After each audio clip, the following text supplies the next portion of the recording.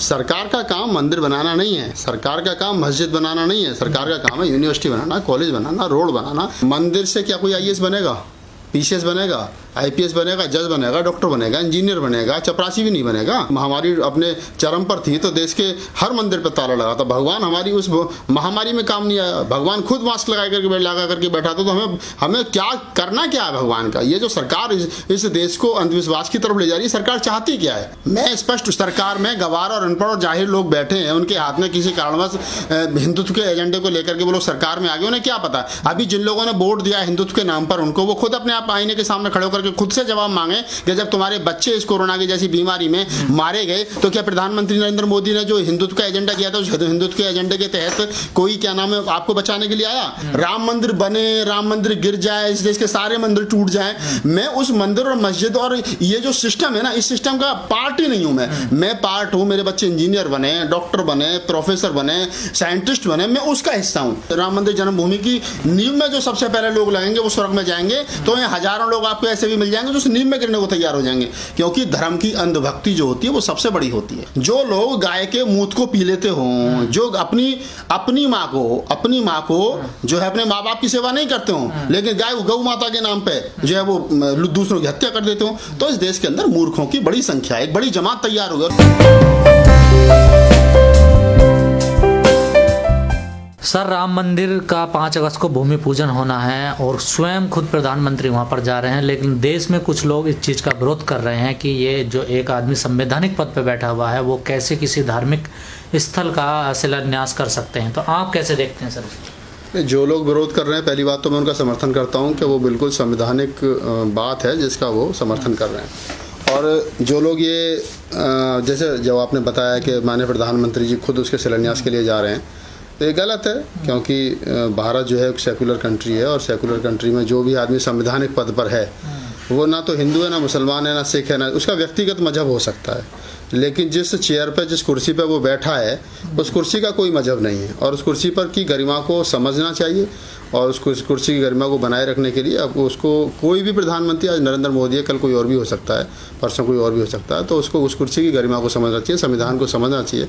We the people of India, हम भारत के लोग जो उस लाइन की गरिमा को समझना चाहिए और ऐसे किसी भी आयोजन से बचना चाहिए। और अगर प्रधानमंत्री ऐसे आयोजन में जाएंगे या राष्ट्रपति अन्य किसी पद पर रहने वाले संवैधानिक पद पर बैठे हुए लोग इस प्रकार के जाएंगे, तो इस संविधान का एक तरीके से विरोध है। और वर्तमान सरकार में आपने देखा होगा कि ये अनेकों बार कह चुके हैं कि हम लोग संविधान विरोधी हैं, संविधान को बदलने के लिए आए। तो सर ऐसा थोड़ा, ये पहली बार कोई प्रधानमंत्री जा रहे हैं, और भी तो जाते रहे हैं ना सर? नहीं, आप बताइए फ्यूचर में या पास्ट में कोई? राजीव गांधी खुद गए हैं ना, राजीव गांधी कहाँ? नहीं, वो ताला खुलवाना या ताला तोड़वाना या ताला लगवाना एक अलग मैटर है। उसमें कानून था, उसमें पुलिस थी, उसमें प्रशासन था, उसमें लोकल सरकार थी, उत्तर प्रदेश की गवर्नमेंट थी, वो एक अलग चीज़ है। लेकिन अगर आप किसी मंदिर का जाकर के पूजन करेंगे, ये देखिए, मैं पहले भी कह चुका हूँ और अभी भी कह रहा हूँ, सरकार का काम मंदिर बनाना नहीं है, सरकार का काम मस्जिद बनाना नहीं है, सरकार का काम है यूनिवर्सिटी बनाना, कॉलेज बनाना, रोड बनाना और हमारी सुख सुविधाओं के लिए बहुत सारी चीज़ें जो आदमी के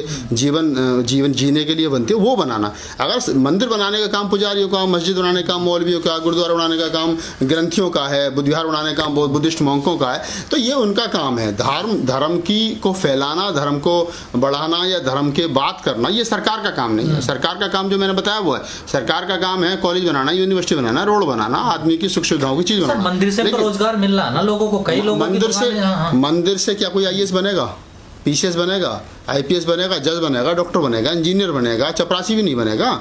वहाँ सिर्फ और सिर्फ एक जो 3.5% लोग जो इस देश के अंदर रहते हैं, हाँ, तो पुजारी से क्या होना है? पुजारी से अमेरिका जाकर कोई घंटा थोड़ी बजाना है उसने। हमें साइंटिस्टों की जरूरत है, हमें डॉक्टर्स की जरूरत है। अभी आपने पीछे देखा होगा जब कोरोना की महामारी अपने चरम पर थी तो देश के हर मंदिर पर ताला लगा था। भगवान हमारी उस महामारी में काम नहीं आया, भगवान खुद मास्क लगा करके बैठा था। तो हमें क्या करना क्या है भगवान का? ये जो सरकार इस देश को अंधविश्वास की तरफ ले जा रही है, सरकार चाहती क्या है? सरकार ये चाहती है कि हम रोजगार की बात ना करें, हम अपने अधिकारों की बात ना करें, हम बच्चों को, जो ये बच्चे एमटेक बीटेक करके रोड पे घूम रहे हैं, इनके लिए नौकरी नहीं है, सरकार के पास कोई विजन नहीं है, सरकार के पास कोई प्लान नहीं है। सरकार मंदिर बना रही है, करना क्या भैया मंदिर का, ये तो बताओ कम से कम। आपको लगता है देश को अभी डॉक्टर साइंटिस्ट चाहिए? अरे मुझे क्या लगता है, हर बुद्धिजीवी आदमी को लगता है। सरकार को तो नहीं लगता है। सरकार में अगर गवार लोग बैठे हैं तो उन्हें क्या पता? मैं स्पष्ट, सरकार में गवार और अनपढ़ और जाहिर लोग बैठे हैं, उनके हाथ में किसी कारणवश हिंदुत्व के एजेंडे को लेकर के वो लोग सरकार में आ गए, उन्हें क्या पता। अभी जिन लोगों ने वोट दिया हिंदुत्व के नाम पर उनको, वो खुद अपने आप आईने के सामने खड़े होकर के खुद से जवाब मांगे कि जब तुम्हारे बच्चे इस कोरोना की जैसी बीमारी में मारे गए तो क्या प्रधानमंत्री नरेंद्र मोदी ने जो हिंदुत्व का एजेंडा किया था उस हिंदुत्व के एजेंडे के तहत कोई क्या नाम है आपको बचाने के लिए आया? आपकी रक्षा करने के लिए। भगवान नाम की पहली बात तो इस देश के अंदर कोई बीमारी, देश में नहीं विश्व में कोई बीमारी नहीं है। आइंस्टीन जैसा वैज्ञानिक कह चुका कि भगवान नाम की कोई आदमी है ही नहीं, खुद कह चुका। कितने हमारे बुद्धिस्ट मौके कह चुके हैं कि अगर भगवान है तो मेरा साक्षात तो कराओ। पेरियर रामास्वामी नायकर ने जब सच्ची रामायण लिखी तो उन्होंने खुद कहा है कि अगर भगवान है, मैंने कुछ गलत कहा तो मेरे सामने कोर्ट में पेश तो करो उसको। वही सुप्रीम कोर्ट 1980-1990 के दशक में ये बात कह चुका है कि रामलला नाम का कोई व्यक्ति नहीं है, रामायण काल्पनिक कहानी है। और पेरियर रामास्वामी नायकर कह चुके हैं, ललित सिंह यादव कह चुके हैं, उधर देश के सर्वोच्च वकील राम जेठमलानी कई बार कह चुके हैं कि राम के नाम का कभी कोई व्यक्ति पैदा नहीं हुआ। और नहीं, मैं जो कह रहा हूं नास्तिक और आस्तिक वाली बात नहीं, सुप्रीम कोर्ट स्वयं इस बात को मान चुका है कि रामायण काल्पनिक है। और उसका सबसे बड़ा उदाहरण है इस देश के अंदर सच्ची रामायण जो पेरियर रामास्वामी नायकर ने लिखी थी, जिसका हिंदी अनुवाद ललित सिंह यादव ने किया था। तो सुप्रीम कोर्ट एक तरफ तो क्या नाम है मान रहा है कि रामायण जो है काल्पनिक है, राम नाम का पात्र जो वो काल्पनिक है, और दूसरी तरफ अब कह रहा है कि रामलला को हमने लीगल पर्सन मान के उसे जमीन दे दी। तो क्या आपको सुप्रीम कोर्ट पहले खुद तय कर लेना। नहीं, आपको खुशी नहीं हो रही राम मंदिर बनना देश? नहीं, मुझे देखिए, ना तो मुझे वहां प्रसाद बेचना, ना मुझे राम से कुछ जाकर के मांगना, ना राम मुझे कुछ देगा, ना मुझे वहां पुजारी बनना। मैं उस सिस्टम में कहीं हुई नहीं। राम मंदिर बने, राम मंदिर गिर जाए, इस देश के सारे मंदिर टूट जाए, मैं उस मंदिर और मस्जिद और ये जो सिस्टम है ना, इस सिस्टम का पार्ट ही नहीं हूं। मैं पार्ट हूं, मेरे बच्चे इंजीनियर बने, डॉक्टर बने, प्रोफेसर बने, साइंटिस्ट बने, मैं उसका हिस्सा हूं, मैं उस वाले विषय का हिस्सा हूं, मैं इस विषय का हिस्सा ही नहीं हूं। लेकिन सरकार की जैसी योजनाएं चल रही हैं तो मुझे तो नहीं लगता कि साइंटिस्ट इंजीनियर बनने का मौका मिलेगा। कोई बात नहीं, मोदी जी जब बीमार पड़ेंगे ना किसी दिन, या मोदी जी के आसपास के जो आज कह रहे हैं अनंत हेगड़े जैसे लोग, या तमाम जो कह रहे हैं कि संबित पात्रा जैसे लोग, जब ये कभी बीमार पड़ेंगे, तथागत वो दिन जल्दी लाएगा, ये लोग बीमार पड़े, तब मैं इनसे पूछूंगा कि आप अपना इलाज कराने के लिए वहां अयोध्या जाओगे या एम्स में भर्ती होगे, तब पता चलेगा ना कि इनको एम्स की जरूरत थी या मंदिर की जरूरत थी। तो ये तो खुद तय करेंगे, वक्त सबसे हिसाब लेगा। ये जो आज कुछ मुठीवर लोग सरकार में बैठ करके अपने आप को आका समझ रहे हैं ना, वक्त सबसे हिसाब लेता है। ऐसी कोई बात नहीं है। जब कभी इतिहास लिखा जाएगा, कालखंड में लोग पढ़ेंगे, तो आप याद रखना, हम रहें ना रहें, लेकिन ये 10 साल जो है मोदी सरकार के, बीजेपी सरकार की, जो हिटलर शाही की सरकार है, ये बात जरूर लिखी जाएंगी। और मोदी समझ रहे हो कि हम कोई बहुत अच्छा, अगर कोई सही मायने में आकलन करने वाला आदमी होगा तो लोग थूकेंगे भविष्य में, फ्यूचर में लोग थूकेंगे, मैं बता रहा हूं आपको। तो क्या सरकार का गलत कदम है ये? गलत नहीं है, पूरा ही गलत है, थोड़ा बहुत गलत थोड़ा ही है। ठीक है, मंदिर बनाना, मस्जिद बनाना, ये सुप्रीम कोर्ट, मैं पहले भी बता दिया आपको, एक तरफ सुप्रीम कोर्ट ये कह रहा है कि राम नाम का कोई व्यक्ति पैदा नहीं हुआ, ये सुप्रीम कोर्ट का डिसीजन है, और दूसरी तरफ वही सुप्रीम कोर्ट कह रहा है रामलला को लीगल पर्सन मान के उसे जमीन दे दी। तो इसका मतलब या तो सुप्रीम कोर्ट पहले गलत था या सुप्रीम कोर्ट अब गलत है। अगर पहले सही था तो इसका मतलब सुप्रीम कोर्ट अब जो है वो सरकार के दबाव में काम कर रहा है। तो ये सारी जो सब कुछ सिस्टम चल रहा है, ये सरकार के, सर देखा जा रहा है लोग तो अपना घर जमीन जायदाद बेचकर सोने की ईंटें भेज रहे हैं मंदिर बनवाने। मूर्खों की जो जमात है, अरे मैं कह रहा हूं वो अपने गुर्दों की भी ईंट बनवा सकते हैं, इतने बड़े अंधभक्त हैं। अगर इस देश के अंदर कुछ लोगों से ये कहा जाए कि इस राम मंदिर की जन्मभूमि, राम मंदिर जन्मभूमि की नींव में जो सबसे पहले लोग लगेंगे वो स्वर्ग में जाएंगे, तो ये हजारों लोग आपको ऐसे भी मिल जाएंगे जो उस नींव में गिरने को तैयार हो जाएंगे। क्योंकि धर्म की अंधभक्ति जो होती है वो सबसे बड़ी होती है। ये मैं नहीं कह रहा, इस तमाम प्रबुद्ध लोग कहते हैं। तो कैसे बीजेपी भुनाने में कामयाब हो? अरे बीजेपी तो भुना रही है 10 साल से। बताओ बीजेपी ने और मंदिर मस्जिद और क्या नाम है, धर्म और इस गाय और इसके नाम पे, इसके अलावा करा क्या है? ये मैं नहीं कह रहा, बड़े बुद्धिजीवी लोगों ने कहा है, नेपोलियन ने कहा है, और तमाम लोगों ने कहा है कि जब आदमी आपसे रोटी मांगने लगे, रोजगार मांगने लगे, तो उसे धर्म में उलझा दो। वही काम तो कर रही है। और ये अनपढ़, भारत के अंदर सबसे बड़ी समस्या क्या है कि लोग पढ़े लिखे नहीं है। मैं कह रहा हूं, अगर आपके पास डिग्री नहीं है, आप कभी कॉलेज नहीं गए, स्कूल नहीं गए, तो कम से कम पढ़ तो सकते हो घर में। महापुरुषों को पढ़िए, उनके विचारों को पढ़िए, उनकी किताबों को पढ़िए।